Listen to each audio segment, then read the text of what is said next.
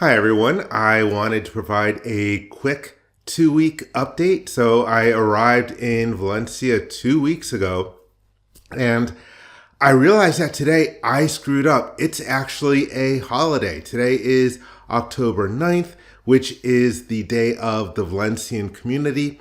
It recognizes the day that Valencia became a kingdom back in 1238. And as a result, almost everything is closed today. And I made the mistake of not having enough coffee here at home. This is so embarrassing. I moved here from Seattle, and then I ended up having to go to a Starbucks this morning in order to get some coffee. I don't think I will ever live down that shame. But anyhow, in searching for some coffee, I came across a couple of really cool statues. And that's one of the neat things about being in Europe. I remember this when I visited London and when I visited Paris. You'll just be walking around and come across a great piece of art. And so I was at the Plaza de España, an intersection where I was looking for coffee. And there was a statue there of El Cid. It was the Monumento Rui Diaz de Vivar. And El Cid translates to the Lord or the Master.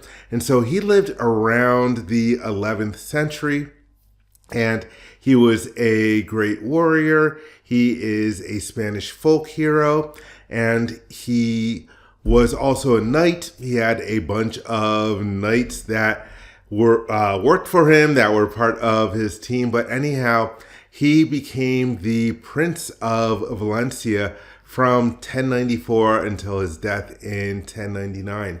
And so right by that statue, which itself is pretty old, actually that statue is from 1960, right by that statue is another statue, and that one is for San Vicente Martir, which translates to Saint Vincent the Martyr.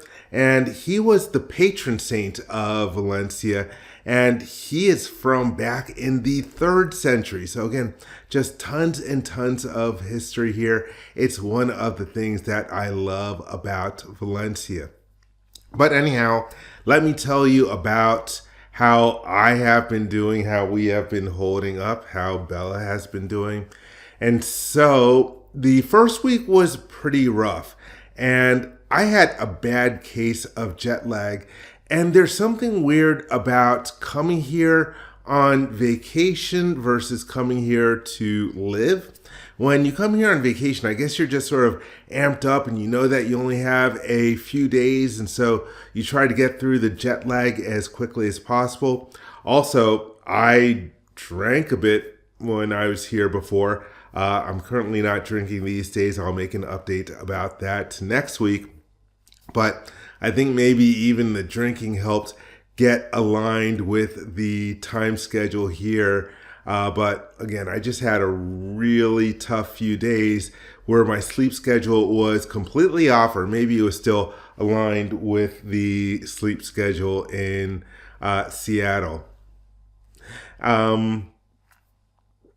Besides the jet lag, we also had a monster rainstorm here, which resulted in a red alert for flooding. There was massive flooding last year in Valencia, in the state of Valencia, not necessarily so much in the city here, but still there was a red alert. And so that kind of hampered me for a day or a day and a half of getting around to doing stuff. And then right after that, I got sick. And so that took me another 5 or 6 days to get over. I was still able to do stuff. I was still functional. I was still walking around. But it just stinks when you have a lot of head congestion and you have to take medicine and you need a whole lot more rest.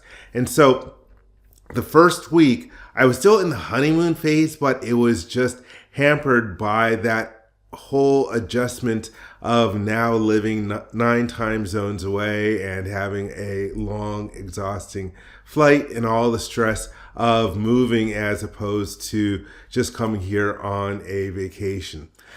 But then that gets me into the second week. And, like I mentioned, I'm still in the honeymoon phase. And to describe my mood, I would say that I am a whole lot more relaxed than I was in the United States. There's just this general feeling of a weight being off of my shoulders. You realize that there's just a whole lot of chaos going on back there. I've been working on letting go of US politics. I stopped following CNN. I'm using BBC as one of my main news sources. I really need to get better about no longer watching certain YouTube videos. But overall, it's just a lot happier being here. And one of the other big things that I have noticed about living in Valencia is when I'm walking around, I'm a lot less on guard compared to the way that I was in Seattle. Because in Seattle, when you're going around downtown, there's a lot of people who are on drugs. There's a lot of homeless people. There's just a whole lot of people where you're just like, hey, I'm not sure about everyone who is around here. And you just don't see that sort of stuff here. And I think the big reason is that you have the social safety net. And so if you have an intervention when someone is young, you can prevent them from going down those roads that end up taking them to being homeless or being a drug addict. And I have seen homeless and drug addicted people here, but it is just so much lower than in Seattle. So now that I've been here 2 weeks, there are a few things that I really need to do. I've been very casual about, just enjoying life here. I need to get more serious about finding a more permanent place to live. And by finding a more permanent place to live, that'll allow me to join a gym. I have not exercised in probably about a month or so. It's probably 2 weeks before I moved that I stopped going to my gym back in Columbia City.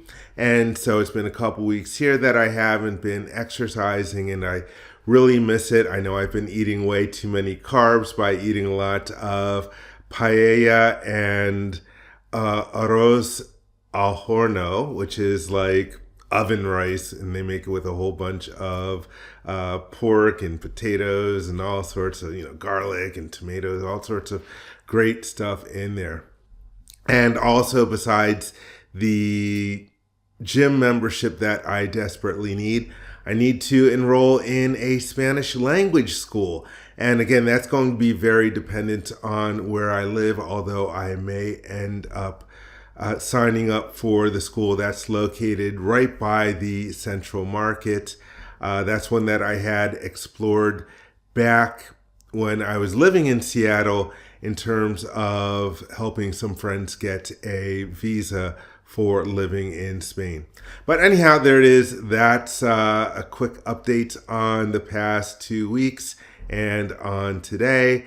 And I think I'm going to head out and grab a burger. The burgers here are phenomenal. I'm going to do some videos about some of the burger places here, like 100 and the Fitzgerald Burger Company. Anyhow, hope you enjoyed that little update. Talk to you later.